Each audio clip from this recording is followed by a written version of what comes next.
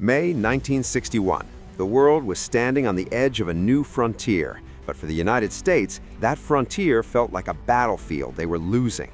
The Soviet Union had already conquered the skies with Sputnik and sent Yuri Gagarin to circle the Earth. America wasn't just behind, they were embarrassed. In the halls of the White House, a young President John F. Kennedy faced a terrifying question. How does America win a race it has already started losing? JFK didn't just want to win, he wanted a knockout. He turned to his advisors and asked for a target so ambitious that it would render previous Soviet achievements obsolete. They considered a massive space station or a trip to Mars, but the moon was the perfect level playing field. Why? Because in 1961, neither the US nor the USSR had the rockets, the computers, or the materials to get there. By choosing the moon, Kennedy reset the clock to zero. He turned the sprint into a marathon, knowing that American industrial might could outlast the Soviet system.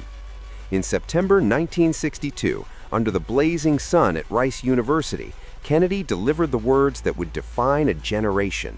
He didn't promise it would be easy. In fact, he leaned into the struggle. He famously said, "We choose to go to the moon in this decade and do the other things, not because they are easy, but because they are hard."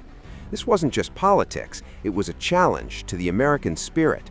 He framed the moon as a test of national character, a way to measure the best of American energies and skills. The cost was staggering, nearly 4% of the entire US federal budget at its peak. Over 400,000 engineers, scientists, and technicians dedicated their lives to one singular goal.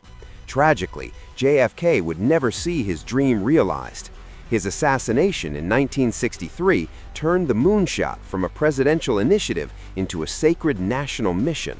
When Neil Armstrong finally pressed his boot into the lunar dust in 1969, it wasn't just a victory for NASA, it was the ultimate fulfillment of Kennedy's vision.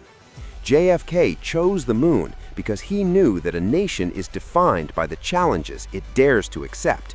He chose the moon to prove that in the face of impossible odds, American innovation knows no bounds. Today, as we look toward Mars, we realize that the moonshot wasn't just about a rock in the sky. It was about proving that humanity's reach will always exceed its grasp.